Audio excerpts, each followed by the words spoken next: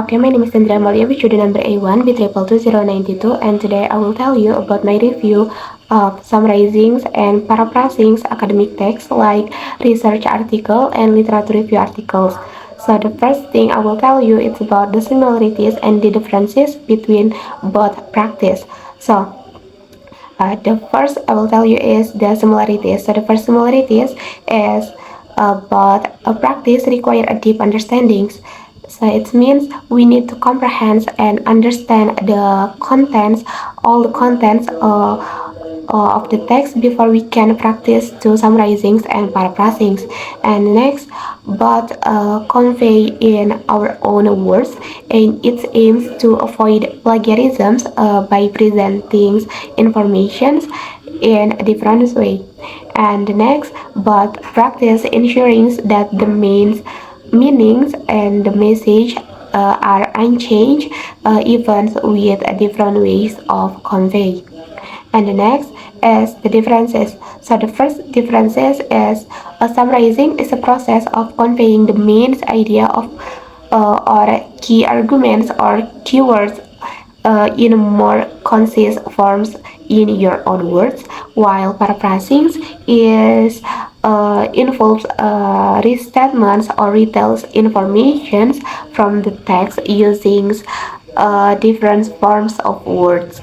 And summarizing provide information in short forms, while paraphrasing aims to avoid plagiarisms by not directly copying information from the original resources, and it's usually using roughly the same numbers of words. Okay, the next I will tell you some techniques, steps, or trick and tips how to summarizing and paraphrasing academic text. So the first general, I will tell you the general steps in summarizing. So the first you can read about the abstract because it usually contains a lot of information about the text, and typically it's a summary of the whole article.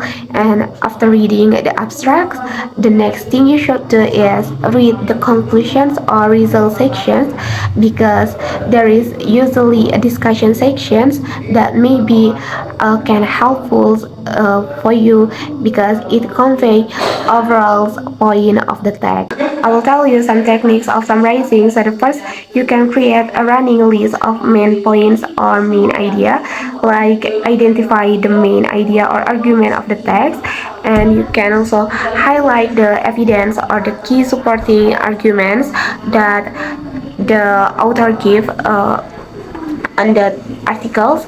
And then the next you can stay to take a note or the main points or the ideas that you get from the articles. And after that you can review your own text. Is it convey enough information of the text or no? And the last thing you can do is follow the original structures, like if there have three heading, just follow it. You can try structurally making your own summarizing from it and describe the ideas with your own convey. And the next, for paraphrase, there are several steps for paraphrasing. So the first you can do is read the original text several times until you get the points. After that, you can put the original passage away and note down the key concept from the main idea based on what you read before and based on what you remember. And the next, try to paraphrase and write down your own versions of the text.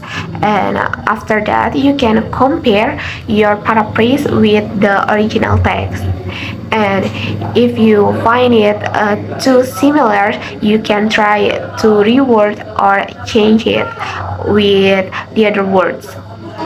Okay, here are several tips and tricks in paraphrasing. So the first, you can use the synonyms or looking for the words that has the same meanings to rewords or to paraphrase. Next, you can changing the structures from the active to passive sentence, which is good approach because usually changing or seeking the words with the synonyms is still get into the plagiarisms. And the next, you can break up a long sentence into shorter sentence, or we usually call it restructuring.